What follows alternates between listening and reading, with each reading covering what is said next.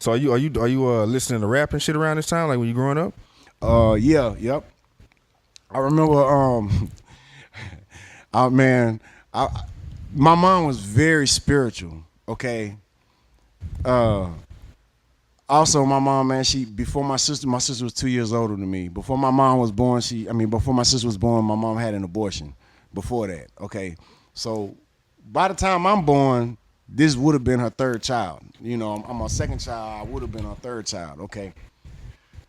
At this point, it was hell growing up. Any bug in the house, period, my mama would try to catch it and release it in the and out. I'm like, man, it's a roach. What you doing? Yeah. It's a mouse. What you? Man, we got And so the ants, abortion mosquitoes. had that long term effect on her. Yeah. Just because she didn't want to take a life of any creature ever after she had an abortion, and she was just very sensitive to life and just.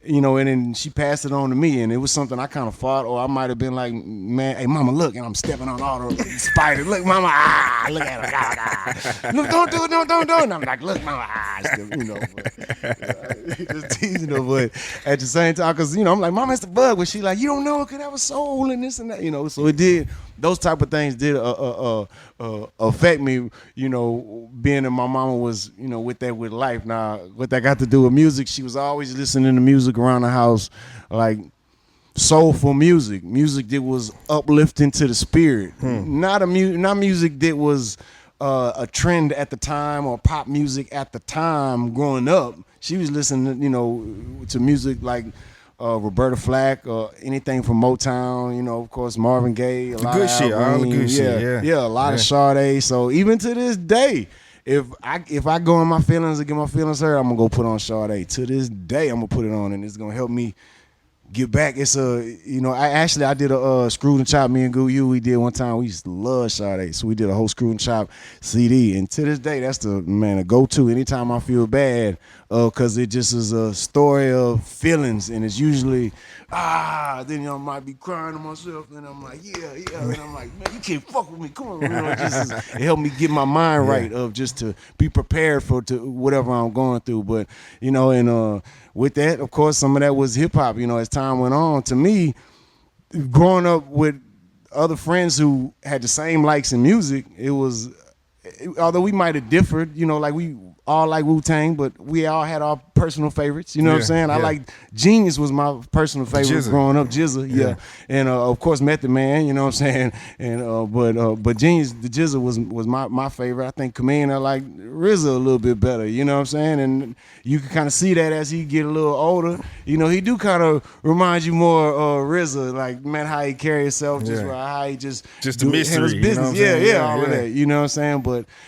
so we all, we grew up loving hip hop together, where we turn on the radio and it was West Coast, like, Ice Cube, a lot of, anything that was West Coast, Snoop, all of that, anything Dr. Dre, Sugar Free, E40, all that, MC8, real good gangster shit, and sometimes you'd hear Houston shit like, whether it would be Ghetto Boys or anything from Rap a Lot, you would hear. That's one thing, man.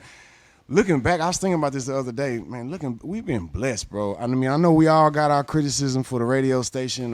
We all wish we could get played more as artists, so we all want to hear our favorite artists more. If it was up to me, it would be nothing but Fat Pat and Lil Kiki all day. Nobody else. So sorry to all artists out there. I wouldn't listen to none of y'all if it was up to me. I listen to Lil Kiki and Fat Pat, and if it was up to y'all, you'd probably listen to you or whoever you want, But hey, they got a job to do. I was thinking about this, man, bro. 979 been supporting Houston rap since the beginning of Houston rap, bro. I remember hearing Mind Playing Tricks. I remember hearing Mr. Scarface on the radio. I remember hearing Let Me Roll on the radio. I remember like all the Rap a Lot shit. I remember hearing Tell Me Something Good on the radio.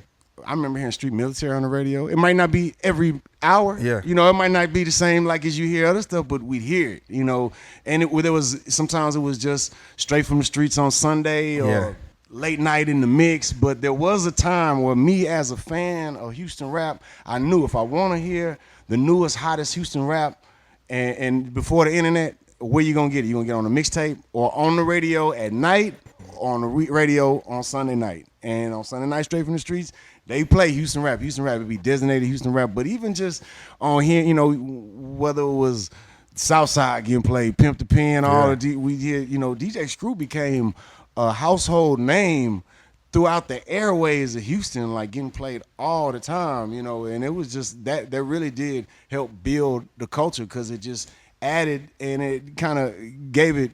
It solidified it. Where you getting that radio play, that's like okay, it's real. Then from all the Rec Shop records, all the Swisher House records, all the Dope House records, man. South Park Mexican used to say "fuck 97.9," and he said it at the car show. Hey, everybody say "fuck 97.9," "fuck 97.9." They still play this music the next day, So man, it's crazy that to see the support that we got from a radio station, throughout all this time, man. It's crazy. So we always heard some type of Houston music on the radio. It'd be a little bit here and there, and it might be the mainstream of the Houston sometimes, not always, but sometimes. But we would hear it, you know what I'm saying? But then if we turn on the TV, we see Young TV Raps or BET is all New York. Yeah. Or New York area. You know what I'm saying? Or man, all and that's it. Nothing else.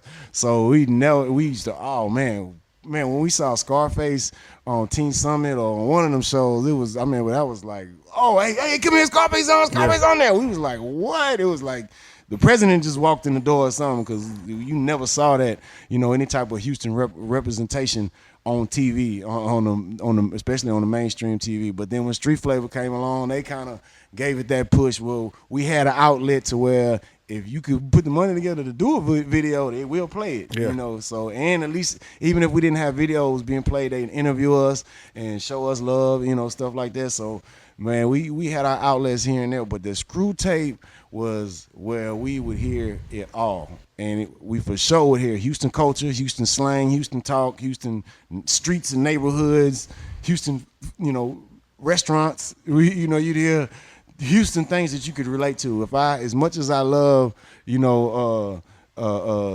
Keith Murray, I would never hear Keith Murray's song and hear him talk about South Park or Acres Homes or anything like that because he's not from there. Right. Same with Wu-Tang. They talking about Shaolin. They talking about where they from. They talking about their neighborhood, their hood. So when we listen to the Screw tape, we talking about places where I could get in my car right now, go to that place and play the music outside the place right now. It was real, and on top of that, it was just, I don't know what it was, but my whole life I always just was taught just that Texas pride. So always my favorite everything came from Texas, even subconsciously, just so especially in hip hop. My favorite rappers, producers, DJs, everything was all from Houston. So growing up in that, I kind of leaned on that. I think, it really heavily influenced me, and I was proud to say this is what influenced me. I think that's a huge part of it too. Well, I was always proud to say interview Donnie Houston. I was always proud to say, man, this is who inspired me. Because, man, they inspired me so much. How could I not want to give them props or show love or something like that? That's one thing I never understood when people don't give props. It's like, what you hiding from? Ain't you proud that they inspire you? Why would you be embarrassed or not want to give somebody credit? The only thing you think of is they want the credit. They don't want to give it to nobody. They don't want to share it. They want the personal credit, whatever. But, yeah, man, definitely, man, shit. We kind of listened to everything except for maybe country. We didn't really just listen to country at all. Yeah. And I don't know what that was that maybe just, in my house, not listening. My mama, she didn't listen to country. She didn't listen to hip hop. She listened to soul music. That's it. Yeah. Or any type of gospel. Any type of gospel or music about God, that's what she was listening to. But me, in terms of me and my friends, we kind of listened to a little bit of mixture of everything except nothing pop. Even whatever the hot rap music was, I hated. I couldn't stand anything that was number one. It was rap. I always leaned toward the underground, and sometimes it was just by default. Yeah. I remember when Vanilla Ice came out. I couldn't stand him, and it wasn't because he was white. It was because he was mainstream rap number one. He could have been anything, and I would have not liked him because I didn't like and still don't like anything that's mainstream. Even my hits those are the ones I hate of my catalog. Yeah. Like the hits, the mainstream hits. Those are my least favorite songs I made out of all my catalog. So it's just, that's just me. Sorry, it's just how I always was. But I remember, like I said, I remember when Vanilla Ice came out, and other people they like, man, you don't like them? I thought you like them with this, and nah, man, I don't like none of this on the radio. Only thing I would like on the radio was the Houston music, and it's crazy that I would listen to it for hours upon hours upon hours upon hours just to hear a Houston song.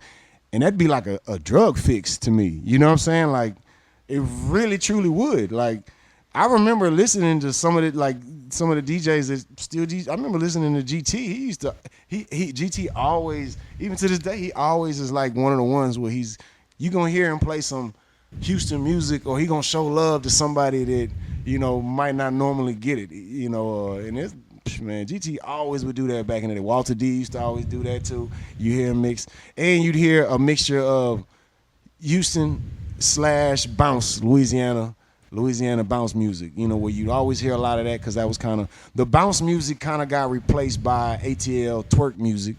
You know what I'm saying? Where it wasn't as much, but when Webby and Boosie started kicking it up, even though they wasn't talking about bounce that ass, and they had the bounce sound. So that's the same thing, we can all as artists think about, even when we in Houston, we talk about, the Houston culture. A Houston song isn't just a song talking about swingers and drink and screw music. It's a vibe. It's its own vibe. So same with the bounce music. It ain't just shake that ass, bounce that asshole. It's its own vibe. So, when you see Mouse, man, I was thinking about this earlier, bro. Mouse, all his beats, boy, he got them. Every one of his songs, boy, it got that.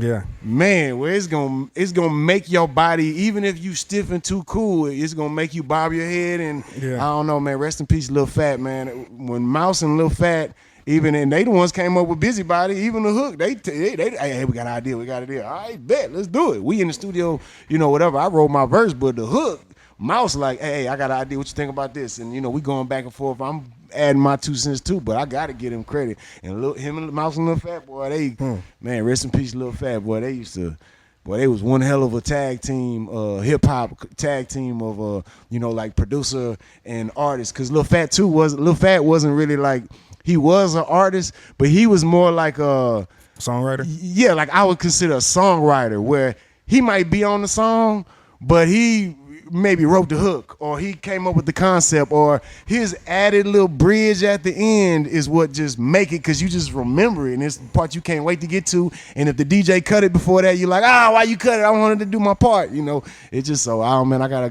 give props to Mouse, to shout out Mouse, rest in peace, Lil Fat. But that Houston, the Dirty South as a whole, especially as an artist, we always took a lot of pride in anybody that came from anywhere in the Dirty South. We supported, or we gave them a chance. But the ones we related to the most, at least for me, the people I related to the most, were the artists that were from Texas or Louisiana, because that's where my family came from, or my godmother and her family, they all came from Opelousas. So that was a big influence on me as well. And then that's where I shout out to, rest in peace to my boy Omar, shout out to my boy Devon, whole squad, Derek, everybody from Papa Joe, Box, everybody.